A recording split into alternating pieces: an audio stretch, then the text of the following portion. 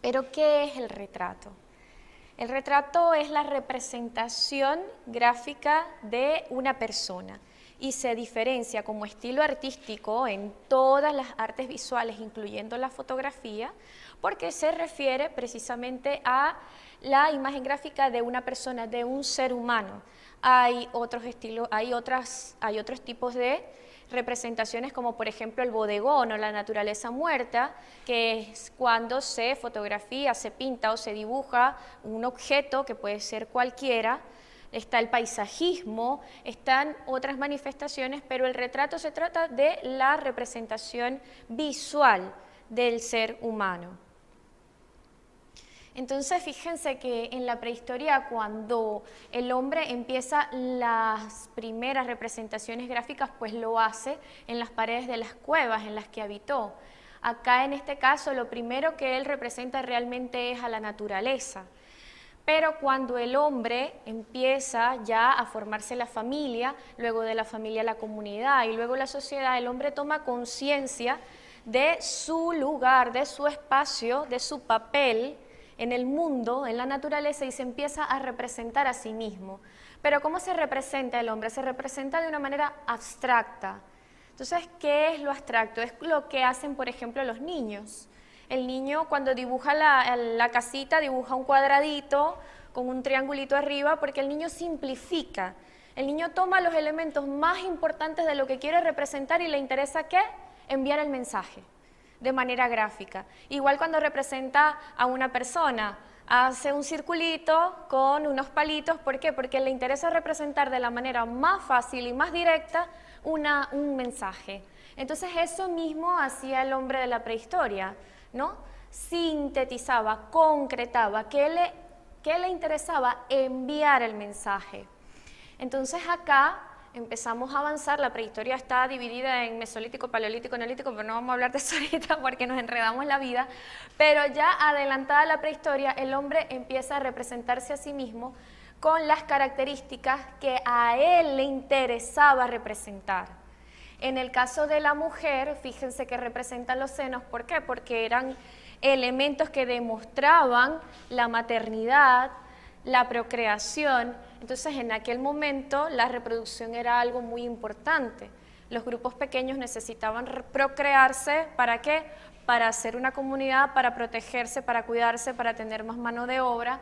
Entonces, acá está representada, ¿qué? La importancia, el papel de la mujer dentro de esa comunidad. Y fíjense que acá empieza a representar detalles como el vestido. Entonces, gracias a estos primeros artistas que no tuvieron ningún tipo de formación, que no los movió otra cosa que no fuera su necesidad de expresión, pues tenemos unos testimonios muy importantes de cómo era la vida del hombre hace 15.000 años. Fíjense que acá hay un retrato. De esto se dicen muchas cosas. Si ustedes buscan información en internet van a encontrar que esta era una diosa. Por el tamaño se supone que suponen o concluyen los historiadores, los arqueólogos, que por el tamaño, porque eran unas cositas así, concluyen que eran amuletos. Entonces, en consecuencia, piensan que eran diosas, ¿no? Puede ser, pero eso nunca realmente lo vamos a saber. En todo caso, esta es una figura que representa la maternidad igualmente, ¿no? Acá vemos por qué el artista de la prehistoria, alguien que tuvo el detalle de poder hacer estas rodillas, de poder hacer estos genitales, de poder hacer estos piecitos, ¿por qué no hizo el rostro? No lo hizo porque no le interesaba. Simplemente acá, ¿qué hizo? Resaltar las cualidades de la maternidad, un vientre de una mujer que podía estar embarazada, unos senos grandes, porque eso era lo que le interesaba. Que para mí es una de las imágenes más hermosas de la historia del arte y de la historia de la humanidad en general, porque no se trata solamente de una obra desde un punto de vista plástico increíble, donde hay repetición del mismo elemento, eso nos da un ritmo, eso nos trae una carga en la composición, donde hay contraste, donde la persona se ve que buscó volumen, porque yo al colocar este color negro acá, más oscuro que esto, estoy buscando un volumen. Fuera de todos esos aspectos plásticos, acá hay un concepto. Les repito, estos no fueron artistas que fueron a ninguna universidad, acá los movió una necesidad de expresión y una creatividad propia que tenemos todos los seres humanos desde hace 20.000 años, demostrado por esto.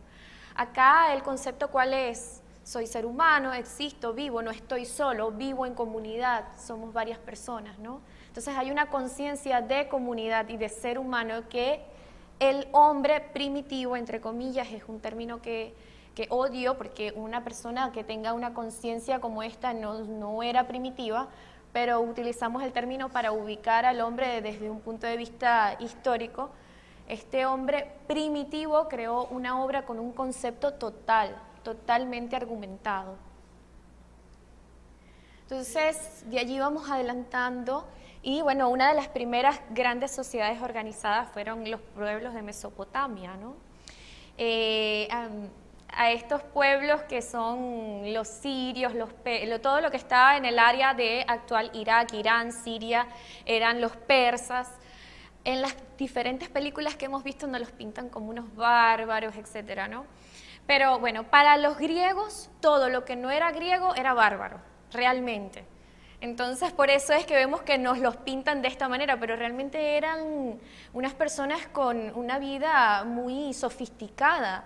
Cuando Alejandro Magno llega a Babilonia, él queda asombrado con Babilonia, asombrado al punto de que la nombra su nueva capital y se queda allí a vivir, porque era una ciudad sumamente hermosa, con un urbanismo planificado increíble. Eran unas personas realmente increíbles.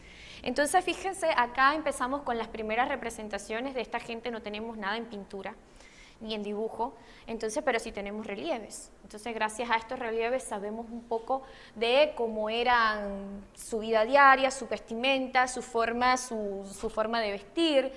Fíjense que acá que podemos observar, observamos al rey con una corona, con unos pendientes, lo diferencian totalmente con la espada, lo diferencian totalmente de lo que son sus acompañantes. No sabemos si están de cacería, no sabemos si están en la guerra. Y fíjense que las imágenes a lo largo de la historia, al igual que sucede hoy día con la fotografía, fueron utilizadas para acompañar, reforzar la idea de un texto. Como sucede hoy día, igualito, somos los mismos, solo que los medios tecnológicos ahora han hecho que las cosas cambien mucho. Pero por ejemplo, fíjense, esto que está acá es esta parte superior de este monolito que está acá, en el cual aquí se plantea todo un texto en lenguaje cuneiforme, que es el primer código, el código de Hammurabi, el primer ordenamiento en leyes del mundo está acá. ¿Y qué hizo él? Aparte de colocar el texto, colocar una imagen. Seguimos con acá, ley de jerarquía. La ley de jerarquía en el arte es que independiente, la ley de jerarquía no es naturalismo, ¿no? Si esto fuera naturalista, las dos figuras estuvieran representadas del mismo tamaño, pero acá al artista no le importaba, simplemente no le importaba. Acá el artista coloca al rey más grande porque eso le otorga protagonismo dentro de la escena. Y eso lo vamos a ver presente también en Egipto, en otras civilizaciones que vamos a ver más adelante. Esto es una representación maravillosa, ellos se llaman los orantes. Entonces acá vemos a dos figuras con esos ojos así muy grandes que demuestran como que una sorpresa, una sumisión.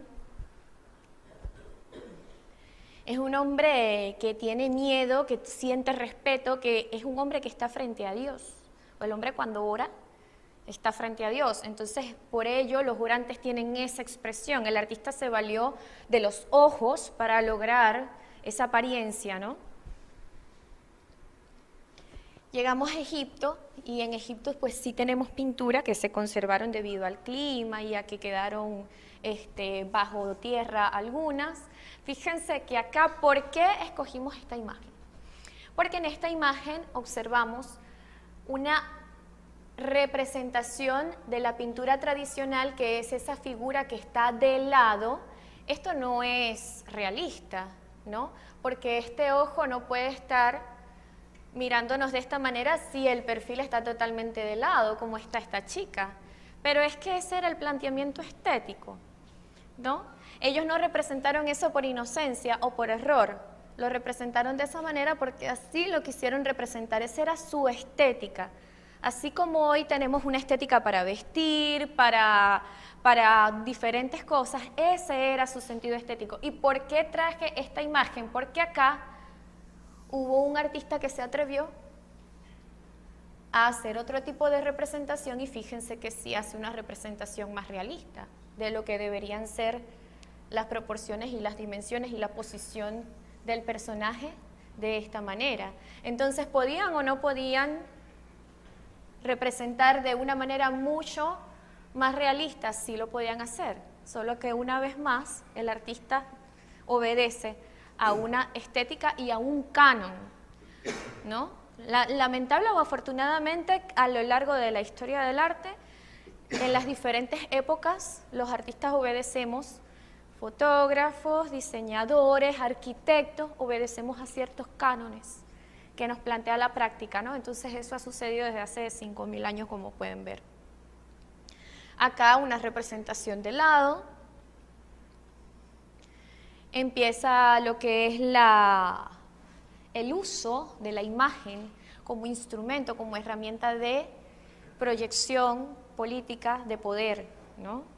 A lo largo de la historia, la representación visual en todos los sentidos ha sido que un instrumento de quien tiene el poder. Imperio, democracia, quien tenga el poder, pues utiliza la representación gráfica para comunicar un mensaje al pueblo.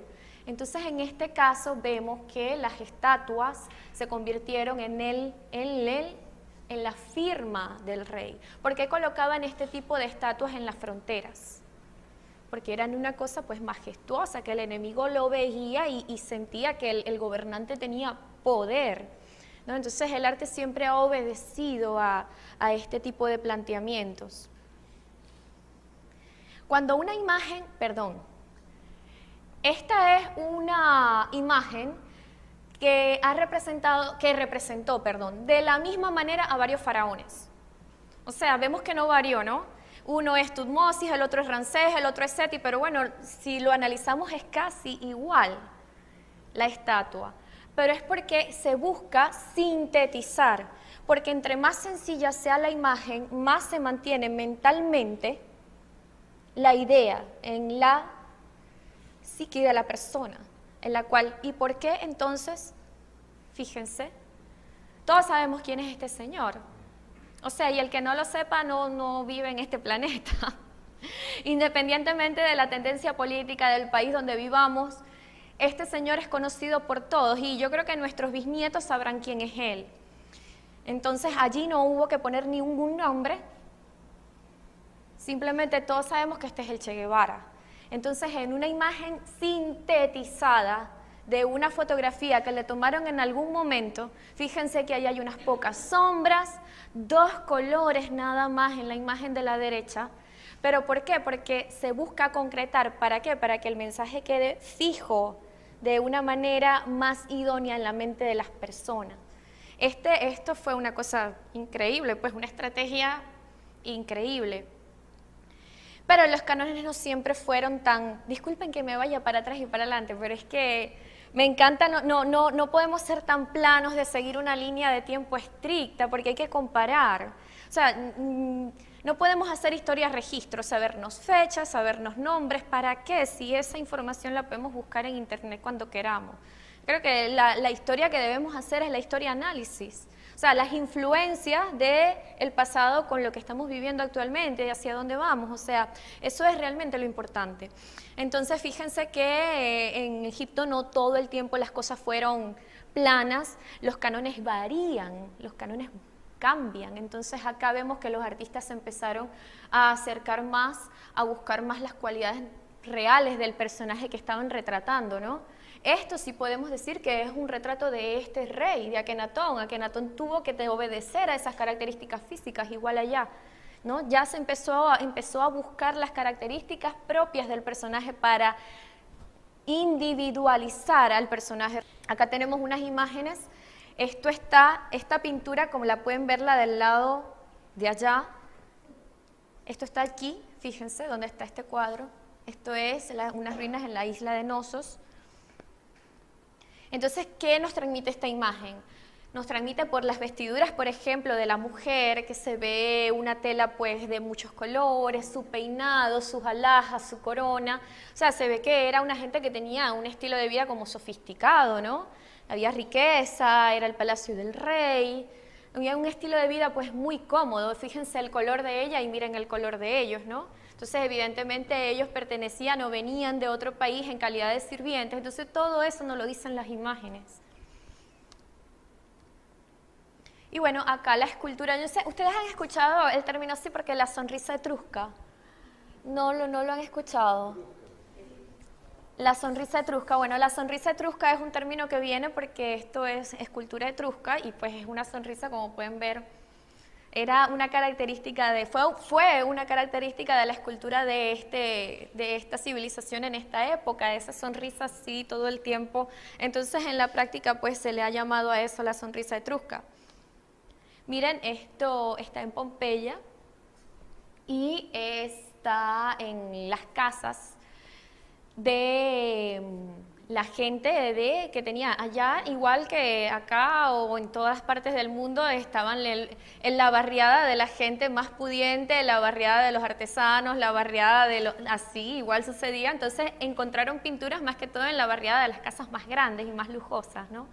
Entonces acá tenemos estas dos pinturas murales, pero la de la chica es la más curiosa, porque nos muestra una mujer bellísima, hermosísima, joven, que está en una actitud pensativa, tiene allí la tablilla de arcilla con el cincel, con el que la poetisa se llama ella, está como pensando lo que va a escribir, y la entendemos por una chica pudiente, por las alhajas de oro que tiene, ¿no? Pero fíjense la psicología del personaje planteado, cómo nos mira ella. Nos mira con una actitud de que nos sentimos observados, pero al mismo tiempo ella está como pensando, ¿no? Como alejada, como pensando en lo que va a escribir. Este es un retrato muy, muy hermoso realmente. Y continuamos, ya estamos en Roma. Los romanos fueron los primeros maestros de la historia en lo que se refiere a el planteamiento psicológico del personaje retratado, ¿no? Hay un profesor español, de apellido Castillo, ahora lo vamos a verificar. Él dice que a veces tomamos una fotografía de una persona y no se nos parece, ¿no? Entonces, no se parece a la persona que estamos retratando, porque hay que analizar el aspecto psicológico del personaje. Tal vez a veces una persona, para lograr captarla, ¿qué tenemos que hacer? De repente, entonces, fotografiarla en su entorno, ¿no? ¿Qué haces? Dibujas, pintas, bueno, te voy a pintar a ti dibujando, a ti pintando, o sea, son una serie de cosas que tomamos en cuenta para captar la parte psicológica del personaje dentro del trabajo visual que estamos haciendo, el que sea, dibujo, pintura, fotografía, ¿no? Entonces ellos fueron los primeros que empezaron a captar esa parte psicológica del personaje retratado. Fíjense la diferencia entre Julio César y entre Tiberio, ¿no?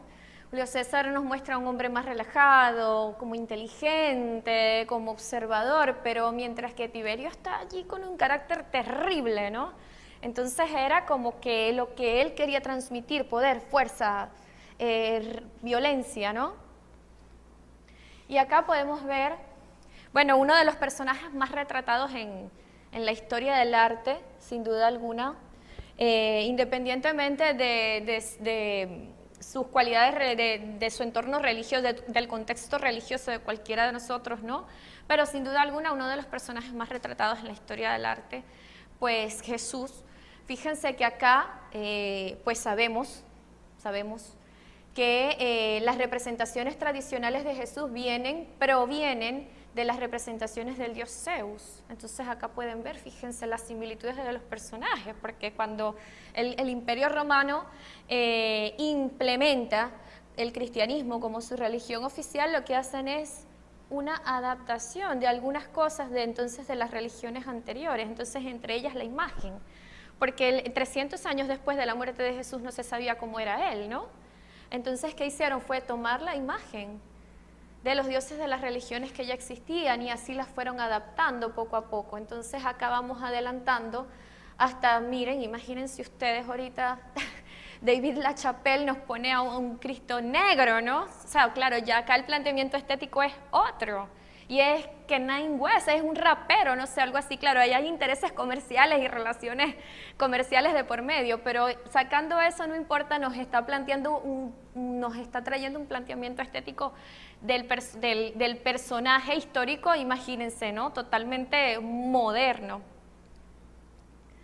Entonces, bueno, acá seguimos ya con la historia del arte, ya estamos más adelante, siglo XIII, XV, perdón, fíjense, acá ya hay otro planteamiento de los personajes, ya se empieza a buscar el detallismo en los personajes, ¿no? Se introduce al personaje en su entorno, y este artista que está acá, que es Alberto Durero, es uno de mis artistas preferidos porque es el primer artista que se sepa o que se haya analizado en la historia del arte que manifiesta el interés por el autorretrato, ¿no? Él estaba obsesionado con el autorretrato y él estaba trabajando lo que era la imagen que él estaba proyectando de sí mismo a través de esos autorretratos. Fíjense que él allí está en una pose muy elegante, con una luz, con un fondo negro, con una luz que viene como de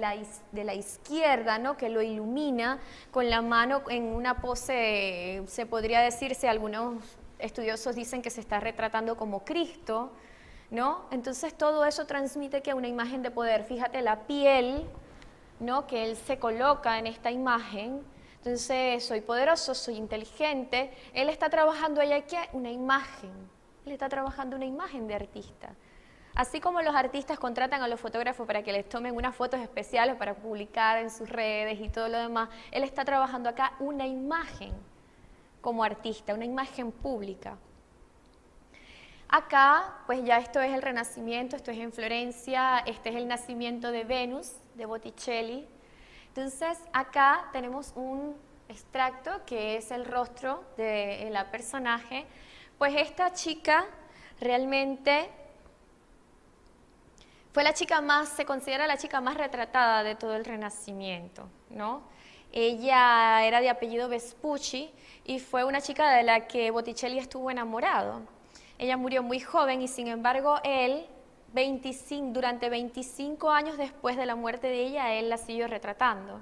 Él y otros más, porque fue una chica que su belleza fue muy famosa en Florencia durante el Renacimiento. Entonces, así como Botticelli la retrató infinidad de veces, muchos otros artistas también.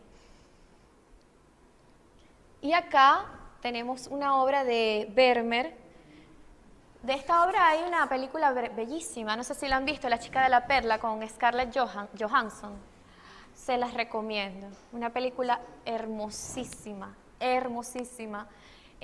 Acá ya hay un planteamiento del personaje totalmente increíble para el momento histórico, ¿no? Es una pintura increíblemente moderna.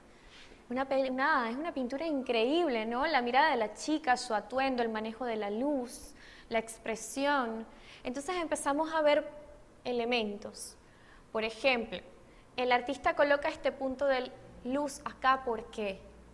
Porque si yo hago esto, la imagen queda como muy plana, ¿verdad? Entonces él hizo un manejo de la luz, de una luz que viene de la derecha. No hay ventanas, pero no le importa. No le importa, él quería representar la luz de esa manera sin tener que explicar de dónde venía, ¿no?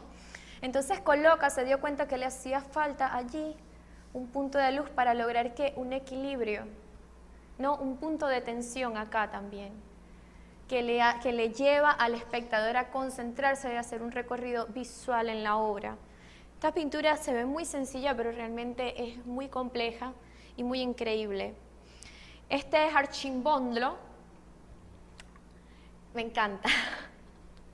No, él es de finales del Renacimiento, o sea, estamos hablando, fíjense, este es un retrato de él, a ver cómo dice acá, el duque Rodolfo II. O sea, yo pienso que en esta época hubo cánones estéticos, artísticos, pero fíjense que hubo artistas como Giuseppe Arcimboldo que él osadamente hizo otros planteamientos. Esto es una composición increíble y esta es una muestra de muchísimos otros trabajos. Él tenía una línea de trabajo en el cual retrató a infinidad de personajes, pero haciendo una composición solamente con objetos, ¿no? Entonces, al ser un retrato del duque, el duque le agradó mucho y conservó las obras y Giuseppe se hizo famoso.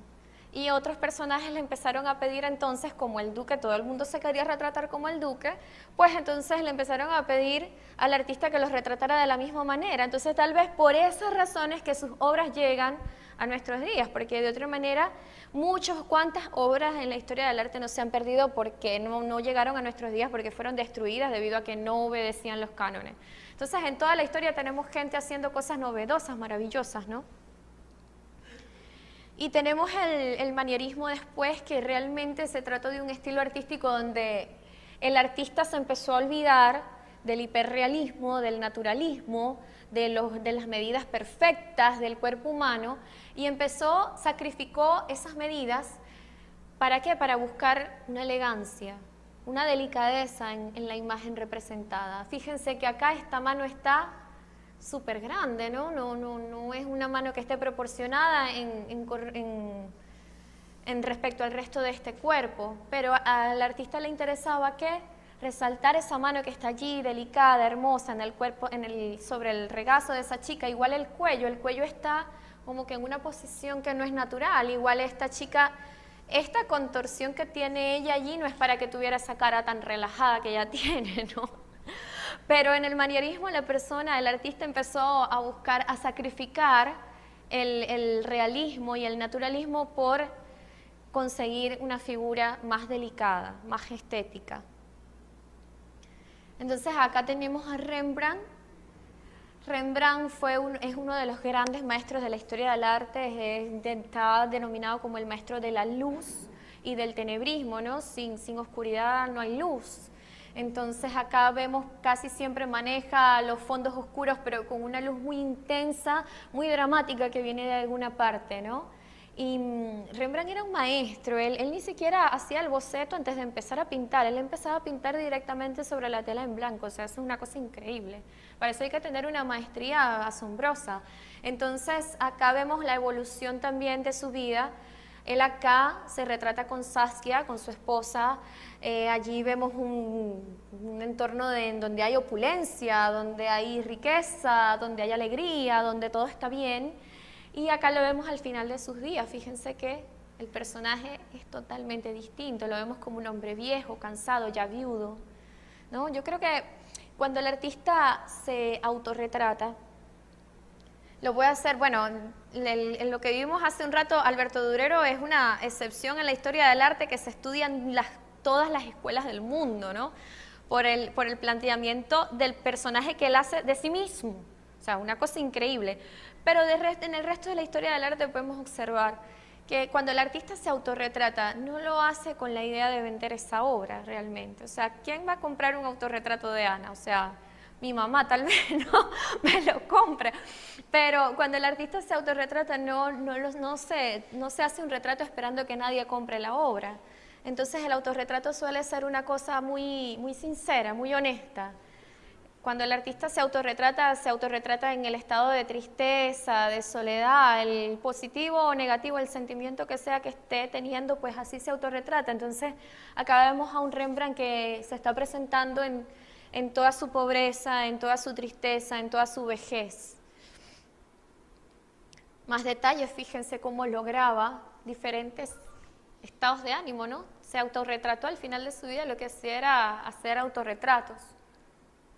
Esta es hubo también mujeres pintoras en la historia del arte. Artemisia Gentileschi es una pintora del barroco.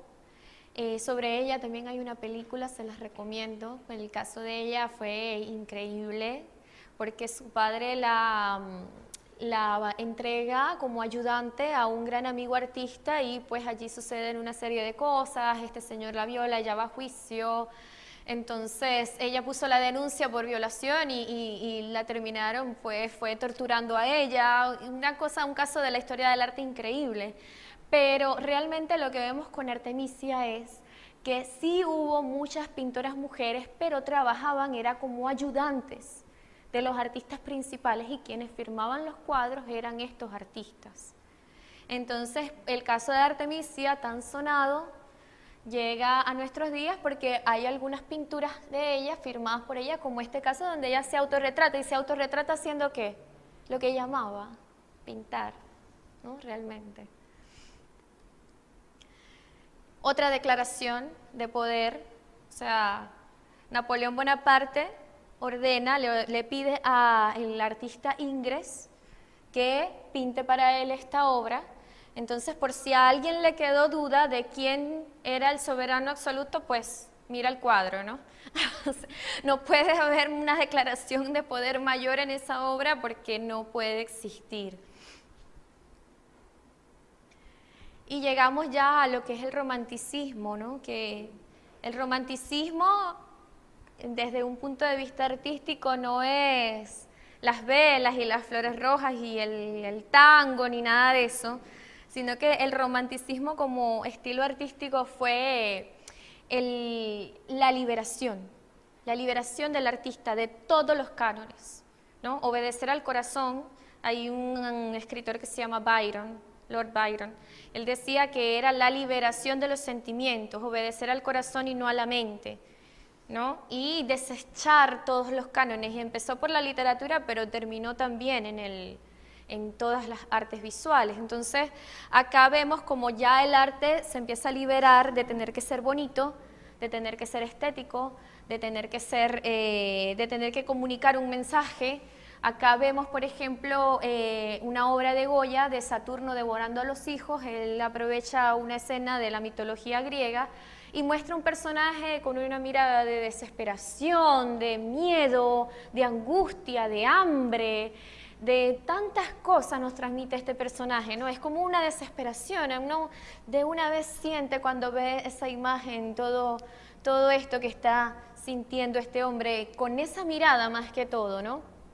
Increíble. Entonces de eso se trata el romanticismo, que el arte no tiene que ser perfecto, ni proporcionado, ni bonito, ni estético. El arte simplemente tiene que hacerte sentir algo, y eso puede ser algo triste, algo fuerte, ¿no? Acá vemos a un hombre que está observando la infinidad, la grandeza del mundo, ¿no? Él está como en una meditación. No vemos el personaje, no vemos su rostro, pero deja de ser un retrato. O sea, vemos a un personaje que nos está transmitiendo un estado de concentración, de serenidad, ¿no? Hay algo allí que, a diferencia del cuadro anterior que chocó, desesperó, esta obra ¿a qué nos lleva? A un estado de paz. O sea, nos hace preguntarnos qué está pensando él, en qué estará pensando, ¿no? Una obra increíble. Bueno, nos tenemos que saltar décadas y décadas y décadas porque si hablamos de verdad de cada uno de los estilos artísticos en el tiempo, pues acá estaríamos muchísimo, no una hora, sino semanas. Pero llegamos entonces, ya estamos, fíjense que a lo largo de la historia siempre hubo y hay las grandes capitales del arte en el mundo, ¿no? Entonces tenemos que en el Renacimiento fue Florencia, luego fue Francia durante el impresionismo, posimpresionismo, y ahorita, bueno, ahorita no tenemos una, ahora tenemos varias. Ahorita tenemos varias grandes capitales del arte en el mundo. Está Nueva York, está en Brasil están sucediendo cosas increíbles. En Japón están sucediendo cosas increíbles. Entonces, acá ya estamos en Francia, en el siglo XIX, y estamos ya con los impresionistas, ¿no? Los impresionistas tienen anécdotas increíbles. Los impresionistas, hay una anécdota de Renoir que dice que un día se les acabó el negro y ellos eran muy pobres en ese entonces. En Renoir en sus comienzos era un artista muy humilde, aunque al final de su vida sí disfrutó mucho de fama y fortuna. Pero en principio hay una anécdota de Renoir por sus cartas que dice, un día se nos acabó el negro y decidimos seguir pintando. Y así nace el impresionismo. Porque el impresionismo, las teorías del impresionismo, que son las principales teorías del color, nos dicen que en la naturaleza el negro intenso puro realmente no existe, que la sombra no es negra, que en la sombra hay marrones, grises, verdes, oscuros.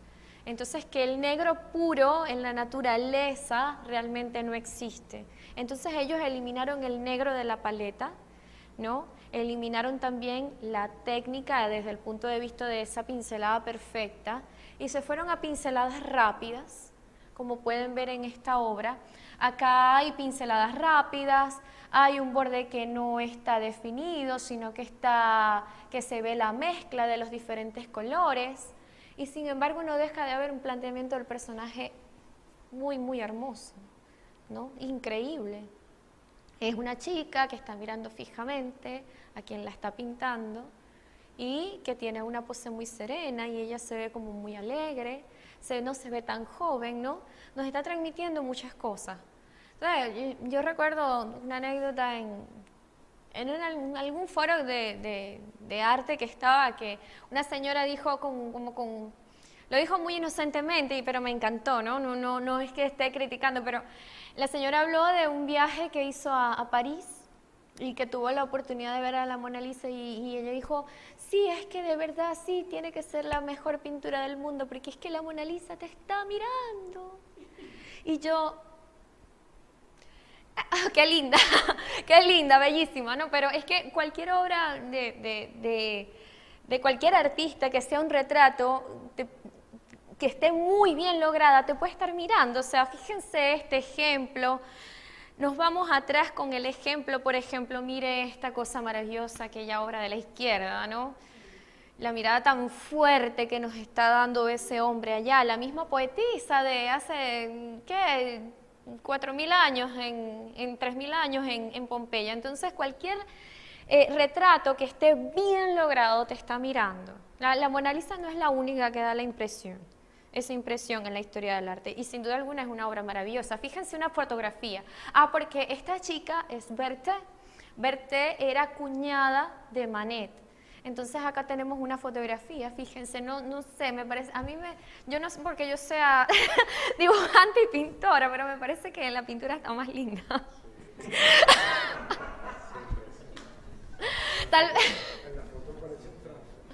Mira, yo se lo atribuyo a que, no, es una foto increíble, ¿no?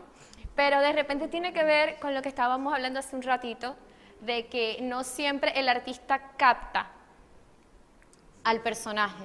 Entonces, en este caso, tal vez era un fotógrafo que no tenía ninguna relación con la chica y que no se molestó en lograr, claro, tomar una fotografía en esta época era primero una cosa costosísima, ¿no? Y segundo, llevaba su tiempo y era todo un proceso. Pero indudablemente podía ser una persona que no tuviera una relación con la chica, como sí había una relación familiar, personal acá, ¿no? Donde el artista se inspiró a dejar una imagen mucho más personal, ¿no?, que identificar a esta chica. Interesante lo que me... Es así.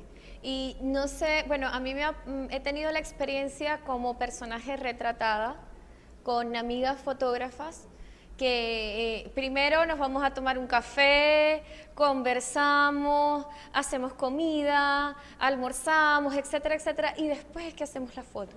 Y sin duda alguna, ahí, cuando ese nexo se construye entre el fotógrafo y el retratado, que es lo mismo que cuando el dibujante o el pintor va a abordar un retrato, pues la obra fluye de otra manera, ¿no? Increíble. Es verdad, es una parte del arte, una parte psicológica en el arte que es digna de un estudio, porque es una cosa de verdad muy, muy, muy cierta. Fíjense acá. Este es otro personaje, otro de mis personajes preferidos de la historia del arte, Amedeo Modigliani. Él solo hacía retratos. Ahorita en un ratito vamos a ver un video de él, porque es increíble el planteamiento psicológico del personaje que Modigliani hace, ¿no? Hay una transmisión de una cosa tan poderosa en su obra, en la cual él me recuerda mucho al manierismo, este asunto de los cuellos más estirados, ¿no? Él renuncia a la técnica de las proporciones para conseguir un efecto conceptual en el espectador y para resaltar las características principales del personaje, ¿no? Que en este caso el cabello rojo, la tez blanca de la mujer, su sensualidad. Entonces sacrifica cosas pero resalta otras. Entonces el planteamiento del personaje de este pintor Amedeo Modigliani es realmente muy interesante, ¿no? Entonces, ¿cómo está representada allí Adele? En medio de oro, pero la expresión es increíble, ¿no? Es una señora con una delicadeza pero impresionante, preciosa. Él la retrató varias veces, ¿no?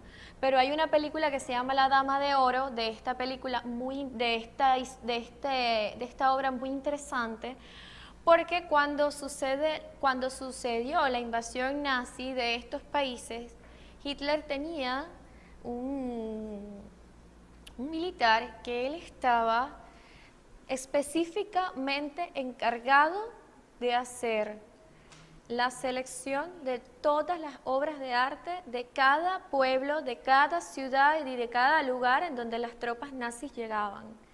Entonces, durante la Segunda Guerra Mundial se calcula que se perdieron de la historia del arte más de 200.000 obras que no se saben dónde están. Algunas han aparecido, esta es una, por ejemplo, ¿no? Entonces, sobre esta obra hubo un juicio porque una de las descendientes de esta señora estaba muy niñita cuando eso ocurrió, pero reconoció la obra. Y hubo un juicio internacional al respecto y bueno, esa obra se terminó vendiendo por millones y millones de dólares. Fíjense que acá tenemos a Chagall. Chagall es otro de los grandes maestros de la luz en la historia del arte. Fíjense que en esta obra hay un manejo de los colores increíble, es una obra que sorprende, ¿no? Que visualmente capta tu atención de inmediato capta tu atención, es como que te la quedas, como si pasara una luz enfrente de ti y te la quedaste mirando, ¿no? Y acá él tiene un contraste, esto es un autorretrato, ¿no? En el cual él se coloca como sombrero a un personaje que es la novia de otras de sus obras. Entonces él acá, fíjense cómo tiene al fondo París y el contraste que consigue por medio de los colores, color frío, color cálido, cómo logra y con el manejo de la luz captar la atención inmediata del personaje. Seguimos en el arte contemporáneo. Este es unas obras de un artista latinoamericano, las dos obras las hizo en 15 minutos, una primero y otra después, y es del mismo personaje, pero fíjense cómo cuando en un artista hay, primero, espontaneidad, y segundo, cierta maestría, cierta liberación del miedo. Tenemos mucho miedo los artistas a veces, ¿no?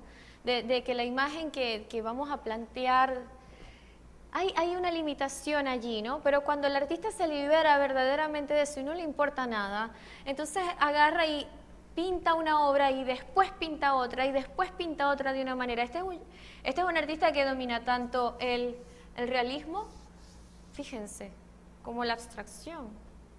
Es el mismo personaje retratado y retratado por el mismo artista en dos estilos diferentes, en la misma noche. O sea, una cosa realmente increíble, ¿no? Ya estamos en el arte contemporáneo. Esta es una persona, Hugo Figueroa Bret, con la que yo tuve la oportunidad de ver clases. Y bueno, acá tenemos que nombrar el cliché ya muy famoso, pero vamos a nombrar lo que es que el arte no tiene que ser bonito, ¿no? Que hay un planteamiento de un personaje, wow, que te capta, ¿no? Increíble. Este señor solamente hace retratos y retrata a su familia y a sus amigos.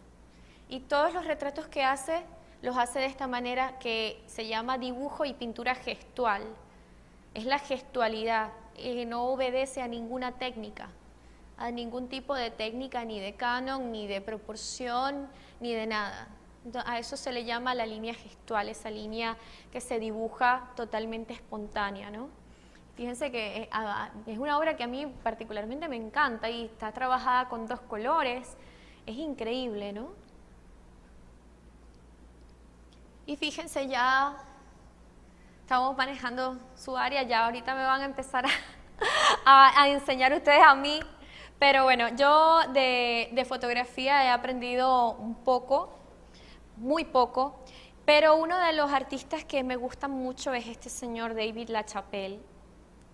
Él es de Estados Unidos, se hizo muy famoso porque él empezó a retratar artistas. Entonces cuando un artista se retrataba con él, los otros lo empezaron a buscar y lo empezaron a buscar, entonces se hizo famoso entre los artistas. En un artículo de él que leí, David LaChapelle dijo: yo no capto momentos, yo creo mis momentos. Entonces él trabaja como con escenarios construidos por él, monta como que la escena, la monta él y allí y sobre esa escena toma las fotos. Acá hay una foto muy peculiar de Madonna, que nos muestra una Madonna que me recuerda un poco a Alberto Durero, en una posición muy hierática, muy mostrándose como un dios o como una diosa, ¿no? Con esa, y como con una corona, imagínense, ¿no? O sea, soy la reina del pop, casi que nos está diciendo esa foto. Realmente es el mensaje de la fotografía, ¿no? Y crea este efecto con luces y logra realmente el artista una imagen muy genial, muy genial. Esta fotografía me la encontré hoy precisamente. Hoy cambié la presentación porque dije, tengo que investigar un poco más de fotografía. Y esta fotografía captó mi atención porque me recordó algunas cosas que ahorita les voy a plantear. Una vez más, el arte, la fotografía es un arte que nos muestra la parte cruda del mundo en el que estamos, ¿no? Que nos puede mostrar belleza, que nos puede mostrar también muchas cosas fuertes, muertes, situaciones. Entonces aquí esta es una fotografía ganadora de un premio Pulitzer del año pasado y pertenece del grupo del equipo de fotógrafos del New York Times y wow, de verdad que a mí me recordó de inmediato, aunque ustedes no lo crean, a esta obra, miren. Me recordó de inmediato y la tuve que poner allí porque vemos como el artista visual a través de los siglos y a través de las herramientas que ha tenido a mano, porque hace 2 siglos, el artista tenía a mano era el dibujo y la pintura, y hoy día tenemos a mano el dibujo y la pintura, pero la fotografía también, pero a lo largo de los siglos el artista ha usado las herramientas que ha tenido a mano para representar composiciones increíbles como esta, ¿no? Fíjense acá, se dice que este artista visitaba estos lugares, las morgues, para ver los cuerpos, para analizar los cuerpos, para estas representaciones que hizo acá. Y esto aquí de esta gente aleteando, pues como buscando la atención de otros barcos que fueran pasando, pues a mí me recordó muchísimo esta obra, ¿no? Fíjense la expresión acá de este chico, ¿no? La expresión ya como que un poco indiferente, entregada pero acá la expresión de esta mujer es increíble acá, increíble. Esta obra a mí me recordó de inmediato a la balsa de la Medusa y me hizo reflexionar respecto a esto. El artista sin duda a lo largo de la historia con los mecanismos que ha tenido se ha expresado en todas las formas. A ver que por aquí teníamos, miren esta foto me encanta. Y tiene que ver con lo que estaba hablando el amigo y con lo que estábamos hablando hace un rato, ¿no? Cómo captar realmente al personaje. Porque una foto puede tomar cualquiera. Hoy hasta en los celulares tenemos cámara y cualquiera se puede hacer un selfie, una foto, o sea, pero ¿cuál es entonces la labor del fotógrafo o qué los hace especiales? El saber cómo captar el momento con su esencia y al personaje. Entonces, esta es una foto de un artista que se llama Francisco Jung, que le tomó el fotógrafo Audio Cepeda. Francisco Jung fue un artista que se hizo muy famoso en la década de los 80 porque él pintaba un abstracto gestual, un estilo que prácticamente inventó. Va este fotógrafo a su casa a tomar una foto, a tomarle una foto al artista porque le iban a hacer un reportaje y querían tomarle una foto al artista. La anécdota dice, o eso me contó un amigo, ya el señor Francisco Jun falleció, pero una persona de muy avanzada edad que le conoció, dice que el fotógrafo se va para su casa y que Francisco Jun comienza a pintar, pero que el fotógrafo se sentó por aquí, se sentó por allá, caminó, bajó, volvió a subir, se volvió a sentar y que Francisco Jun estaba pintando y pero bueno, y este no me toma la foto. Y el fotógrafo se paraba y se volvía a sentar y se volvía a caminar y caminaba por todos lados y que el fotógrafo estaba así. Y Francisco Jun pintando y pintando. En eso él se sienta en el piso y Francisco Jun, que era como que medio malhumorado, como que le dijo, pero bueno chico, ¿cuándo me vas a tomar la foto? Y en ese momento que dio la vuelta y que le iba a decir las 4 cosas al fotógrafo que se fuera porque no está, ahí fue que le tomó la foto. Entonces el fotógrafo estaba esperando como que ese momento de que el artista le mostrara realmente su carácter, lo que lo identificara, ¿no? Entonces tal vez una foto de él simplemente pintando hubiera sido algo muy plano, ¿no? Algo muy, sí, el artista está pintando. Pero no nos demostraba su carácter, su mirada, que sí nos muestra esta imagen, ¿no? Acá tenemos otra foto de David LaChapelle, lo que estábamos hablando, este fotógrafo, y esta es una foto del 2003, del 2003. Entonces, acá él construye su escena, sobre la cual toma la foto, exactamente. Una escena que sin duda alguna está haciendo referencia a una obra de arte muy famosa de hace 500 años atrás, que es la última cena de Da Vinci. Entonces, la pintura sirve de referencia para el artista fotógrafo y el artista digital de hoy día para hacer una composición a través de los medios actuales, fíjense, ¿no? O sea, esta es una obra increíble, increíble, que nos plantea una composición en la cual hay un concepto que hace referencia a la religión, a la sociedad, a la economía, a un sinfín de cosas, independientemente, les repito, de nuestra posición ideológica y religiosa, ¿no? Somos artistas y estamos para analizar objetivamente todo lo que tenga que ver con nuestro trabajo. Entonces aquí hay una obra muy fuerte con un planteamiento conceptual muy interesante que hace referencia a muchas cosas, a muchas situaciones de la actualidad. Y fíjense, la fotografía es la base del cine, ¿no? Todos vimos El Padrino, ¿verdad? Casi todos. El fotógrafo y el productor audiovisual que no haya visto El Padrino, está grave. Porque esta es una obra referencia para la fotografía, para el que estudia cine y producción audiovisual.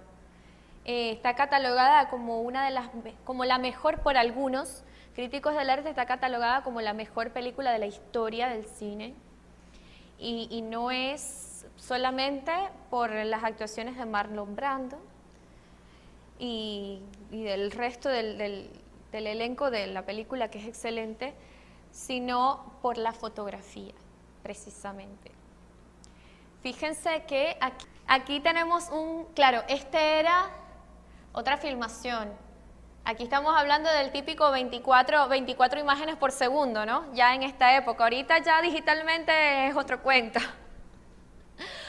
Pero acá tenemos una imagen de un momento, de una escena, que esto podría ser independientemente, si nos olvidamos de la película, aquí tenemos una fotografía increíble.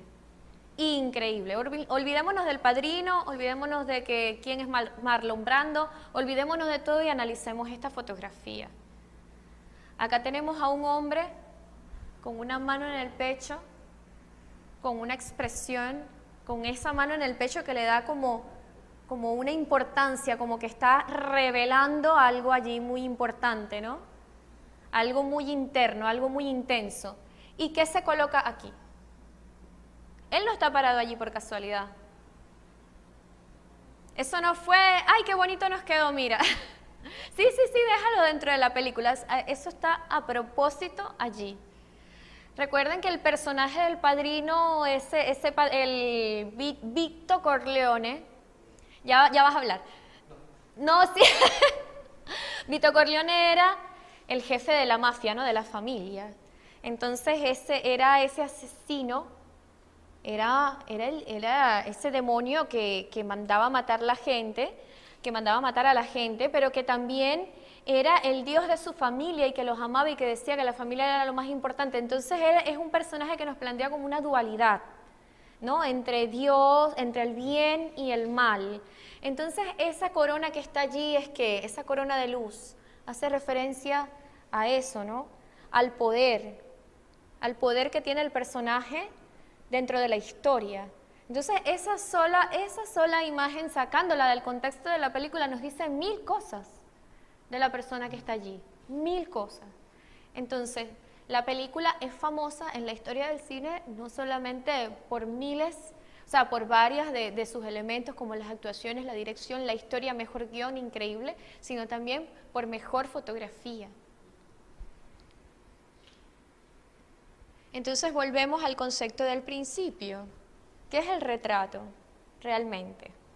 Es simplemente la representación gráfica de la persona, ¿no? Es que yo agarre el teléfono y me tome un selfie allí y me estoy haciendo yo un retrato. ¿Qué es el retrato realmente? Exacto. La personalidad. Mediante muchas cosas.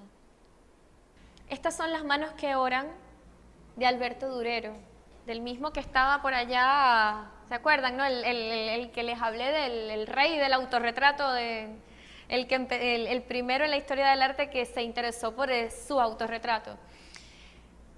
Estas son las manos de una persona que está orando y esta es una obra de él, porque él tiene una anécdota, hay una anécdota alrededor de Durero muy hermosa. Durero es de Alemania. Entonces pertenecía a una familia muy numerosa en hermanos y que no era una familia rica. Y los dos hermanos mayores, los dos querían estudiar arte. Pero la familia solamente podía enviar a uno a estudiar arte. Entonces su hermano mayor le dijo, bueno, anda tú a la escuela, que cuando tú regreses, iré yo. Durero regresa muchos años después. Cuando regresa consigue a su hermano ya enfermo, cansado, y le dice, hermano, ya puedes ir a la escuela. Y le dice, ya no puedo ir porque me siento cansado, estoy agotado del trabajo. Hay unas teorías que dicen que trabajaban en las minas, otras no, que eran orfebres, pero el hermano ya no podía ir a la escuela. Entonces Durero hizo esta obra, ¿no?, en homenaje a su hermano, que oraba todas las noches por el desarrollo, por el éxito de su otro hermano en la escuela de arte. Entonces, aquí hay un mensaje de un personaje muy hermoso, algo que nos transmite una psicología, una sumisión, un amor, un sentimiento, ¿no? Nos está transmitiendo algo muy personal con respecto a un individuo. O sea, ¿hasta qué punto podemos considerar algo como esto un retrato o no? Si nos está transmitiendo la esencia de una persona. Como fotografiar las manos, he visto fotografías hermosísimas de abuelitas cuando ya tienen pues todas sus venitas. O sea, y te está transmitiendo eso, una cosa tan hermosa respecto a una persona y no estás viendo su rostro. Fíjense, este es un artista que se llama Schiele. Igual acá no estamos viendo... Él fue alumno del autor de La Dama de Oro que vimos hace un rato. Acá no estamos viendo las caras de las chicas. Él dibujaba prostitutas, él murió muy joven, murió de 28 años, imagínense. Y él dibujaba, eran las prostitutas. Entonces acá él no está dibujando las caras, no vemos las caras de las chicas en ninguno de los dos casos, sin embargo nos está haciendo un planteamiento total de un personaje, completo.